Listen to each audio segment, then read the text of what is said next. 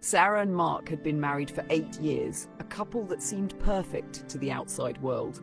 Mark, a busy lawyer, often buried himself in work, while Sarah, a freelance writer, spent most of her days alone.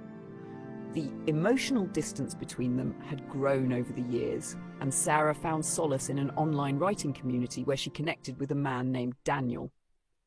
At first, their conversations were innocent, discussions about literature and life. But as the nights stretched on, messages turned into video calls, and soon their emotional bond transformed into something deeper. It wasn't long before Sarah and Daniel arranged to meet in person. Their first encounter at a quiet cafe felt electric, and soon they were sneaking away to a hotel on the outskirts of town. Guilt lingered in Sarah's mind, but she convinced herself that what Mark didn't know wouldn't hurt him. Yet, something about Mark's recent behavior unsettled her. He had started coming home earlier than usual, watching her with an intensity that made her uneasy. He asked subtle but probing questions, where she had been, whom she had spoken to, but never accused her directly.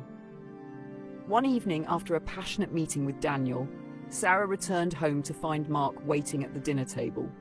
A glass of wine sat untouched beside his laptop, which was open to a screen displaying her messages with Daniel. Her breath caught in her throat as Mark looked up and, with an unsettling calm, simply said, "I know." Panic surged through Sarah, but Mark's lack of anger or sadness was even more terrifying. Instead, he smiled and told her, "I forgive you." The words should have brought relief, but they only deepened her fear. That night, she couldn't sleep.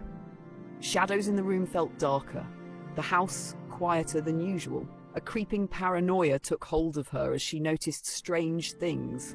A locked drawer in Mark's office that had never been locked before, her phone receiving eerie, anonymous messages warning her that she had made a mistake.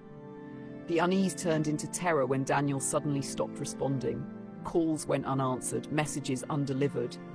Desperate, she drove to the hotel where they usually met, but the receptionist told her Daniel had never checked out.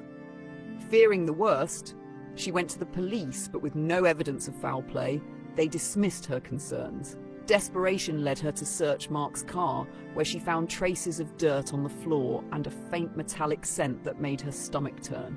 When she tried to open the trunk, she felt Mark's presence behind her before she heard his voice. "Looking for something?" he asked, his tone unnervingly casual. Determined to uncover the truth, Sarah hired a private investigator. What he discovered sent chills through her.